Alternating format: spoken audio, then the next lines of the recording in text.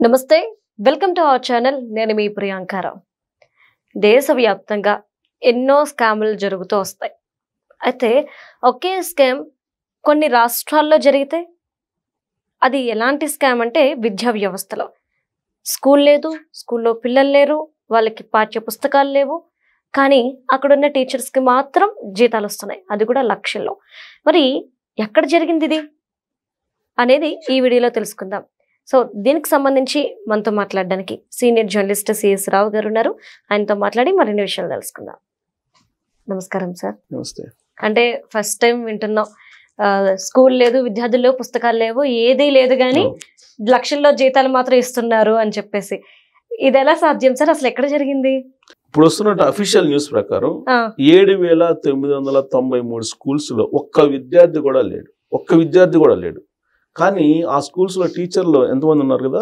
సుమారుగా 26,000 మంది టీచర్స్ ఉన్నారు 26,000 మంది వీళ్ళు జీతాలు తీసుకొని లక్షల జీతాలు తీసుకుంటున్నారు వర్క్ లేదు స్కూల్ లేదు స్కూల్లో బోధన లేదు వెళ్ళాల్సిన అవసరం లేదు చింతపండు వ్యాపారం చేసుకోవచ్చు చీరల వ్యాపారం చేసుకోవచ్చు జీతాలు మాత్రం నెల తీసుకుంటారు తీసుకున్న వాళ్ళకన్నా బుద్ధి ఉండాలి ఇచ్చినోడికన్నా బుద్ధి ఉండాలి అవునా తీసుకున్నోడికి బుద్ధి లేదు ఇచ్చినోడికి బుద్ధి లేదు ప్రజల సొమ్ముని ఈ విధంగా దుర్వినియోగం చేస్తున్నటువంటి ప్రభుత్వాలు ఉన్నాయి ఆ ప్రభుత్వం ఇది మన ప్రభుత్వమే భారత ప్రభుత్వం ఎందుకంటే ఈ డేటా నేను చూపిస్తాను ఆ డేటాలో తెలంగాణ కూడా ఉంది కాకపోతే పాపం ఏపీ లేదు అంతవరకు కొంత ఏదో ఊరట ఆంధ్రప్రదేశ్ ప్రభుత్వానికి కానీ తెలంగాణ ఉంది జాబితాలో అఫీషియల్ లెక్క ప్రకారం 2024-25 విద్యా సంవత్సరంలో దేశవ్యాప్తంగా 7,993 ప్రభుత్వ పాఠశాలలో ఒక్క విద్యార్థి కూడా చేరలేదని చెప్పి ఎవరు చెప్పారు కేంద్ర విద్యాశాఖ అఫీషియల్గా చెప్పింది 7,993 స్కూల్లో ఒక్క విద్యార్థి కూడా చేరలేదు ప్రభుత్వ స్కూల్స్లో దేశవ్యాప్తంగా ఇక పాఠశాలల్లో ఏకంగా ఈ పాఠశాలలకి ఒక విద్యార్థి కూడా చేరినటువంటి పాఠశాలలకి 20,817 మంది 20,817 మంది ఉపాధ్యాయులు ఉన్నారు టీచర్స్ ఉన్నారు ఒక విద్యార్థి కూడా లేడు టీచర్స్ మాత్రం 20,817 మంది ఉపాధ్యాయులు ఉన్నారు వీళ్ళకి మాత్రం లక్షల జీతాలు ఇస్తుంది గవర్నమెంట్ ఇక విద్యార్థులు ఒక్కడు కూడా జీరో ఎన్రోల్మెంట్ ఇది జీరో ఎన్రోల్మెంట్ అసలు కనీసం వచ్చిన హాజరు చేసుకున్న విద్యార్థి లేడు ఈ స్కూల్లో ఇలాంటి స్కూల్లో అత్యధికంగా ఎక్కడ ఉన్నాయి తెలుసా ద గ్రేట్ దీది పశ్చిమ బెంగాల్లో హైయెస్ట్ ఎంత ఉన్నాయంటే ఈ 7,993 స్కూల్స్ లో పశ్చిమ బెంగాల్లో 3,812 స్కూల్స్ ఉన్నాయి 3,812 స్కూల్స్ అసలు నాకు తెలిసినంత వరకు నాకు గుర్తున్నందుకు 25,000 మంది టీచర్స్ ని తీసేసింది ఆవిడ ఎందుకు ఆ ఎగ్జామ్ ఏదో సరిగ్గా సక్రమంగా నిర్వహించలేదని చెప్పి 25,000 మంది టీచర్స్ ఒకేసారి తీసేసింది ఆవిడ ప్రభుత్వ టీచర్స్ ని ఆ తర్వాత స్థానంలో తెలంగాణ ఉంది ఇది విచిత్రం ఇది ఒక్క విద్యార్థులు కూడా చేరినటువంటి స్కూల్స్ జాబితాలో ఫస్ట్ పశ్చిమ బెంగాల్ రెండోది మన తెలంగాణలో 2,245 స్కూల్స్ లో ఎన్రోల్మెంట్లో లేవు ఎన్రోల్మెంట్ ఎక్కడా లేవు జీరో ఎన్రోల్మెంట్ అంటే చేరడానికి ఎవరు రాలా జీరో ఎన్రోల్మెంట్ 2,245 స్కూల్స్ ఉన్నాయి అంటే ఈ స్కూల్స్ లో ఉండే టీచర్స్ కి ఇలాంటి స్కూల్లో పనిచేసే ఉపాధ్యాయుల సంఖ్య కూడా అధికంగానే ఉంది ఈ మొత్తం పశ్చిమ బెంగాల్లో కానీ తెలంగాణలో కానీ 17,965 మంది ఒక బెంగాల్లోనే ఉన్నారు ఇది జీరో ఎన్రోల్మెంట్ స్కూల్స్ లో మిగతానేమో తెలంగాణలో ఉన్నారు తెలంగాణలో 1,116 మంది జీరో ఎన్రోల్మెంట్ స్కూల్స్ అంటే విద్యార్థులు లేనటువంటి స్కూల్స్ లో 2,245 స్కూల్స్ ఉంటాయి తెలంగాణలో వాటిల్లో 1,116 మంది ఉపాధ్యాయులు పనిచేస్తున్నట్టు ఉంది 1,116 మంది వాళ్ళు టీచర్స్ ఉన్నారు మరి ఎవరికి పాఠాలు చెబుతున్నారు వీళ్ళు విద్యార్థులు లేరు మరి ఎవరికి పాఠాలు చెబుతున్నారు ఈ 1,116 మంది 1,116 మంది లక్షల జీతాలు తీసుకుంటున్నారుగా ఇప్పుడు బయటకు వచ్చింది కేంద్ర విద్యాశాఖ చెప్తే మరి ఎట్లా తీసుకున్న వాళ్ళకన్నా బుద్ధి ఉండాలి ఇచ్చిన వాళ్ళకన్నా బుద్ధి ఉండాలి కదా ప్రజల సొమ్ము కదా. మీరు నేను ప్రత్యక్షంగానో పరోక్షంగానో మిగతా ప్రజలందరూ మళ్ళాంటి వాళ్ళు మొత్తం ట్యాక్స్ డైరెక్ట్ గాను ఇండైరెక్ట్ గా, డైరెక్ట్ ట్యాక్స్ అయితేనే వాళ్ళు ఎంప్లాయీస్ కడతారు, ఇండైరెక్ట్ ట్యాక్స్ ప్రజలందరూ కడతారు. లాస్ట్ కి అడుక్కు తినే వాళ్ళు కూడా ఇండైరెక్ట్ ట్యాక్స్ కడతారు. సోపు అగ్గిపెట్ట ఏది కొన్నా కానీ ట్యాక్స్ రూపంలో వసూలు చేస్తారు కదా. అందరు సొమ్మే కదా వీళ్ళు తీసుకుంటుంది. వీళ్ళు 1016 మంది తెలంగాణలో జీరో ఎన్రోల్మెంట్, అంటే విద్యార్థులు లేని స్కూల్లో పనిచేస్తున్నారు. వీళ్ళకి జీతాలు వస్తున్నాయి.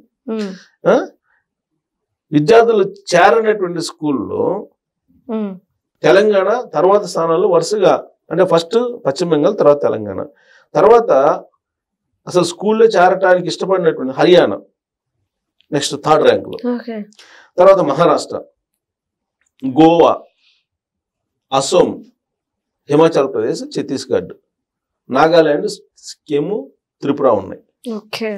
అయితే తమాషా ఏంటంటే కేంద్ర ప్రాంతాల్లో జీరో ఎన్రోల్మెంట్ స్కూలే లేవు.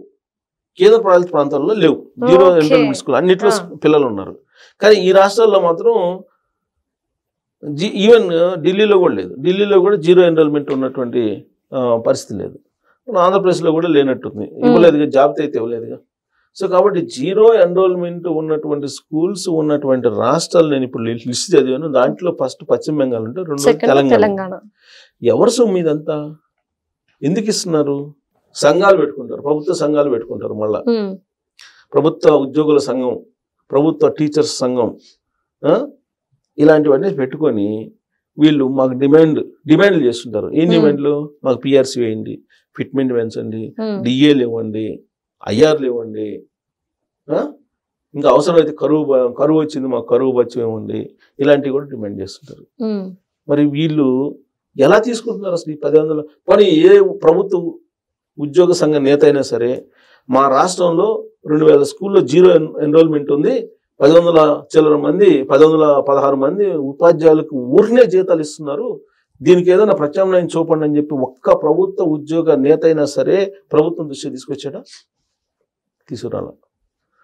పని చేయకూడదు, నెల లక్షల జీతాలు కావాలి.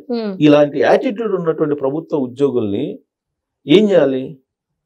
ట్రంప్ ఏం చేస్తున్నాడు? ఓడబిగుతున్నారు, మొత్తాన్ని తీసి పడేస్తున్నాడు. 4 లక్షల మందిని తీసేయడానికి టార్గెట్ పెట్టి ఇప్పుడు ఆల్రెడీ 2 లక్షల మంది తీసేసాడు. డోజ్ అనేటువంటి డిపార్ట్మెంట్ ఆఫ్ ఎఫిషియన్సీ అని పెట్టి ఇవాళ ప్రజలు 97% ప్రజలు, 3% మంది ఉద్యోగులు, ఈ 3% మంది ప్రజల మీద పెత్తనం చెల్లిస్తున్నారు. వీళ్ళు ఏమనాలి వీళ్ళని? ఇప్పుడు ఇలాంటి డేటా చూసిన తర్వాత సగటు పౌరుడు వీళ్ళ పట్ల ఏ విధంగా వ్యవహరిస్తాడు? ఏమనుకుంటారు వీళ్ళ మీద? జన్జీ ఉద్యమాలు రావా? నేపాల్లో వచ్చిందంటే ఎందుకు వస్తుంది? ఇలాంటి వాటి కారణంగానే. ఇప్పుడు జన్జీ ఉద్యమం రావాలని చెప్పి రాహుల్ గాంధీ అంటున్నాడు. ఇప్పుడు ఇలాంటి అంశాలను పట్టుకొని రాహుల్ గాంధీ జనాల్లోకి వెళ్తే ఖచ్చితంగా ర్యాలీ అవుతారు జనాలు. అంతే. ఇప్పుడు ఇక్కడ కేటీఆర్ అంటున్నాడు జన్జడ్ ఉద్యమం రావాల్సిందేనని. మరి ఇలాంటిది ఇప్పుడు యూత్ నిరుద్యోగులు ఎవరైతే ఈ డేటా చూసిన తర్వాత ప్రభుత్వంలో ఉండేటువంటి ఉద్యోగుల్ని ఏమనుకుంటారు? నేననేది ఎవరైతే అవినీతి పరులు, అక్రమాలు చేస్తారో, సోమరిపోతులు ఉంటారో, ఎవరైతే పని చేయకుండా డబ్బులు తీసుకుంటారో వాళ్ళ గురించి మాత్రమే. ఎందుకంటే పొలోమని వచ్చేస్తారు అందరూ, మమ్మల్ని అంటారు కానీ పనిచేసే వాళ్ళని ఎవ్వరు అనరు, నిజాయితీ వాళ్ళని ఎవ్వరు అనరు. ఒకవేళ ఎవరైనా అన్నా కానీ ఆ పాపం అన్నోడికే తగిలిద్ది. సో అవినీతి చేసేవాడిని మాత్రమే అంటున్నాం మనం, సోమరిపోతులు మాత్రం అంటున్నాం. ప్రజలు డబ్బు తీసుకొని సోమరిపోతుల్లాగా కొంతమంది లక్షల జీతాలు తీసుకుంటూ చింతపండు వ్యాపారం, చీరల వ్యాపారం, చిట్ల వ్యాపారం చేసుకుంటున్నట్టు మహానుభావులు ఉన్నారు. వాళ్ళని అంటున్నాం మనం, నిజాయితీ చేసిన వాళ్ళు అంటలేదు మనం. ఇది కేంద్ర ప్రభుత్వం, కేంద్ర విద్యాశాఖ బయటపెట్టినటువంటి డేటా కదా ఇది. మరి ఇంతమంది జీతాలు ఇస్తున్నారంటే మరి ప్రజల పట్ల ప్రభుత్వాలకు ఉన్న చిత్తశుద్ధి ఏంటి? ప్రభుత్వ ఉద్యోగులకి సమాజం పట్ల ఉన్నటువంటి బాధ్యత ఏంటి? ఇది కదా ప్రశ్నించాలి ప్రభుత్వ ఉద్యోగుల సంఘ నేతలు. అదేమంటే మేము ప్రభుత్వాన్ని పడగొట్టగలం, దించగలం అని చెప్పి వార్నింగ్లు ఇస్తుంటారు. ప్రజలు 97% మంది ప్రజలు తిరగబడిన రోజు వీళ్ళందరూ ఎక్కడ ఉంటారో ఆలోచించుకోవాలి వీళ్ళు.